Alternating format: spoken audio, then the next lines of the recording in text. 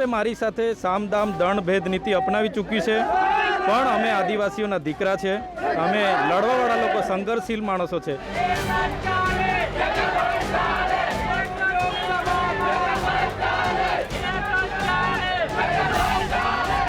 તમારી ઉપર ભાજપમાં જોડાવાને લઈને કોઈ પ્રેશર છે કે નહીં, અને આ કેસને લઈને તમારી ઉપર પ્રેશર આવશે કે નહીં, શું કહેશો ભાજપમાં જોડાવા બાબતે? આમ આદમી પાર્ટીના ધારાસભ્ય જેલમાંથી છૂટ્યા બાદ હાલમાં જઈ રહ્યા છે। તમે જોઈ શકો છો કે સમર્થકોની જે ભીડ છે, મોટી સંખ્યામાં જે યુવાનો જે છે આદિવાસી વિસ્તાર જે છે ત્યાંથી મોટી સંખ્યામાં ચેતર વસાવાના સમર્થનમાં સૂત્રોચ્ચાર સાથે મોટી સંખ્યામાં આદિવાસી વિસ્તારમાંથી લોકો ઉમટી પડ્યા છે। ખાસ કરીને યુવાનો જે છે અહીંયા ઉમટી પડ્યા છે।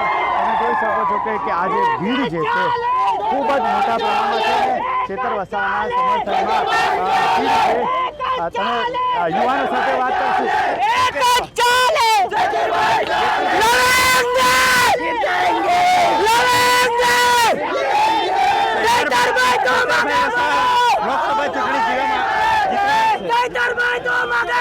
મતથી જીતશે, કેટલા મતથી જીતશે? 5 લાખ લીડથી જીતશે, 5 લાખ લીડથી જીતશે।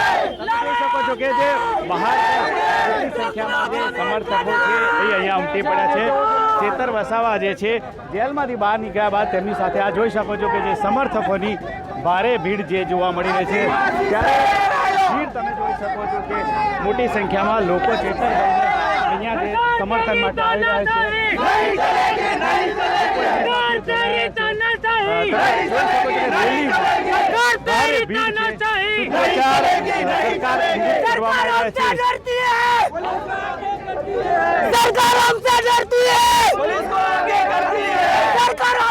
આપણે ધારાસભ્ય એમનું શું કહેવું છે કે અહીંયા સમર્થકોની સાથે વાત કરીએ। ચેતરભાઈ શું કહેશો? થોડું ઉપર ચડી જાઓ। ચેતરભાઈ શું કહેશો તમારું? ચેતરભાઈ કોનું સમર્થન છે? યુવાનો તમારી સાથે જોડાયા? હું ગુજરાતના ગરીબ આદિવાસી દલિત અને આદિવાસી આ જમીનોનો માલિક છે, એટલે અમે ક્યારે ડરવાના નથી। આ લોકો માટે અમે લડવાના છે। અમે આ લોકો માટે છેલ્લા શ્વાસ સુધી લડીશું, સડકથી લઈને સદન સુધી લડીશું। એટલે અમે ક્યારે ભાજપથી દબાવવાના નથી કે ભાજપથી ડરવાના નથી। અમે આદિવાસીના દીકરા છે। આદિવાસીઓએ અંગ્રેજોને પણ અહીંયા હંપાવ્યા હતા, એટલે અમે ક્યારે ભાજપથી કે એમના પ્રશાસનથી ડરવાના નથી। અમારી લડત ચાલુ રહેશે। જે લોકોનું સમર્થન છે એ બાબતે શું કહેશો? લોકો ઉમટી પડ્યા છે તમારા સમર્થન?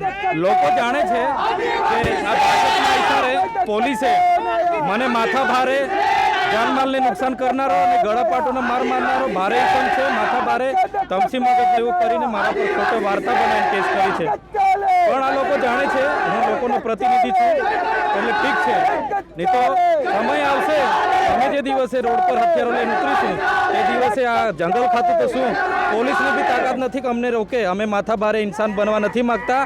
અમે અમારા લોકોનું કામ કરવા માંગીએ છીએ, એટલે એમને પણ કહે છે કે અમને ખોટી રીતે હેરાન નહીં કરે। ચેતરભાઈ વસાવા ભરૂચ લોકસભાની સીટ લઈને શું કહેશે? કેવી તૈયારી તમારી? ચૈતરભાઈ વસાવાને માન્ય અરવિંદ કેજરીવાલ ભગવત માને કીધું છે, અને ચૈતરભાઈ વસાવાને આ જન સમર્થને કીધું છે કે તમારે લોકસભા લડવાની છે, એટલે ચૈતરભાઈ વસાવા ભરૂચ લોકસભા લડવાના છે। ખાસ કરીને ચેતરભાઈ, જે તમે અત્યારે જે બહાર આવ્યા છો, આગામી તમારી રણનીતિ શું રહેશે? કઈ રીતે તમે લોકસભાની તૈયારી કરશો? કારણ કે એક તો નર્મદા જિલ્લામાંથી તમારે પ્રતિબંધ છે ને, ભરૂચમાં પણ તમારે નથી આવતો, કેવી તૈયારી?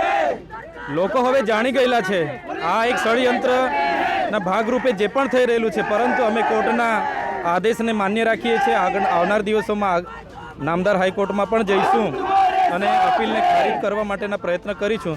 છતાંય ભરૂચ લોકસભામાં અમને લોકો પર પૂરો ભરોસો છે, અને લોકો અમને ભરૂચ લોકસભામાં ઉતારશે પણ અને જીતાડશે પણ।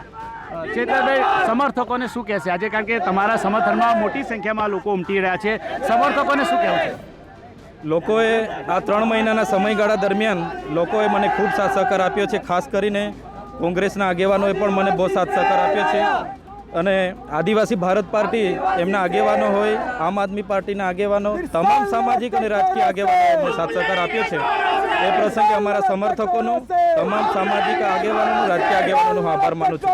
ખાસ કરીને કેટલા ભરૂચની જે સીટ છે એને લઈને કેવી તમારી તૈયારી, ને સાથે સાથે જે કોંગ્રેસમાંથી પણ મુમતાજબેન અને મુમતાજબેનના ભાઈ છે ફૈઝલભાઈ, એવી તૈયારી કરી રહ્યા છે, શું કહેશો?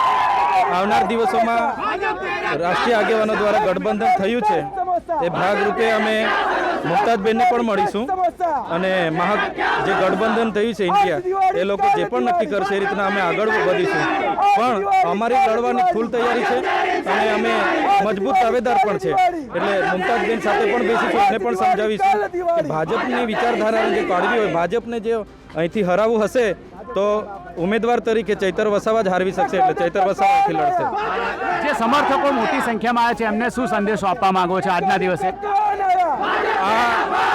આજે મને આવકારવા માટે જે સમર્થકો બધા આવ્યા છે એમને હું ખૂબ ખૂબ આભાર માનું છું. એમની આ ચાહના મને તાકાત આપે છે અને આ તાકાતથી હું સડકથી લઈને સદન સુધી એમની સાથે જે થનારા અન્યાય છે એ અન્યાય સામે હું લડતો રહીશ. મારા છેલ્લા શ્વાસ સુધી આ આદિવાસી સમાજ માટે, ગુજરાતની પ્રજા માટે હું લડતો રહીશ. ખાસ કરીને છેલ્લો સવાલ છે તરફે કે જે અન્ય લોકો પણ આમ આદમીના એક ધારાસભ્ય ભાજપમાં જોડાયા છે, તમારી ઉપર ભાજપમાં જોડાવાને લઈને કોઈ પ્રેશર છે કે નહીં, અને આ કેસને લઈને તમારી પર પ્રેશર આવશે કે નહીં, શું કહેશો ભાજપમાં જોડાવા બાબતે? આ પણ એક રાજકીય ષડયંત્રનો જ ભાગ છે જે મારા પર ખોટી ફરિયાદ થયેલી છે. ભાજપે મારી સાથે સામ દામ દંડ ભેદ નીતિ અપનાવી ચૂકી છે, પણ અમે આદિવાસીઓના દીકરા છે, અમે લડવાવાળા લોકો, સંઘર્ષશીલ માણસો છે. અમે આવનાર દિવસોમાં સંઘર્ષ કરીશું, ધૈર્ય સાથે આમ આદમી પાર્ટીને આગળ લઈ જઈશું અને આવનાર દિવસોમાં પૂરા ગુજરાતમાં આમ આદમી પાર્ટીનો ઝંડો લહેરાવીશું અને ભાજપને ભરૂચ લોકસભાથી શરૂઆત કરીશું. પૂરા ગુજરાતમાં આવનાર વર્ષોમાં અમે હરાવી દઈશું. પોતાની જે ચૂંટણી જે ભરૂચ લોકસભાની તેઓ લડવાના છે અને તેઓ ચૂંટણીમાં